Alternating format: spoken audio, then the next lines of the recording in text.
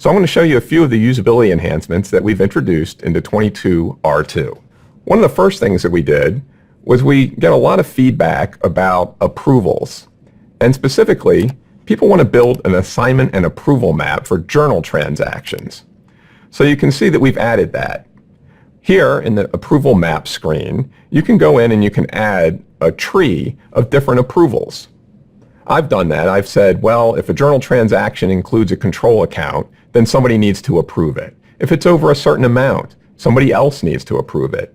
If somebody's entered a transaction that's very old, let's say 1 or 2 years, then you need to approve that as well. And finally, you might need a different person if it's a specific project. So now that I've set up my approval map, I'm going to show a journal transaction so we can see the approval process as it works. So let's go open up a recent journal transaction. And I'm going to select this one where they've declared a dividend. So here's an example journal transaction that we can approve. We've entered this a long time ago. It's over a year old, and you'll notice it's a very large amount. So that's going to trigger a couple of the approvals that we noted on the earlier screen when I set up my approval map. So when I go remove this from hold, you'll see that the first one that was triggered to approve it is Regina Wiley. She's an accountant. So I'm going to switch over to where Regina Wiley is logged in.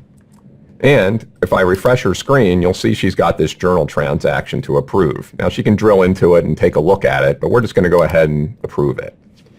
So now that she's done that, I'm going to switch back over and I'm going to view how that looks. You'll see Regina approved it for the amount, but now Maxwell Baker needs to approve it because it's a long time in the past. Now the other thing that you'll notice that makes things even easier to use is if I leave my mouse hovering over any field in Acumatica, unique help files come up and it describes exactly what that field does. I can even hover under the status and see what this new pending approval is. It doesn't give a lot of information, so I'm going to click this More button.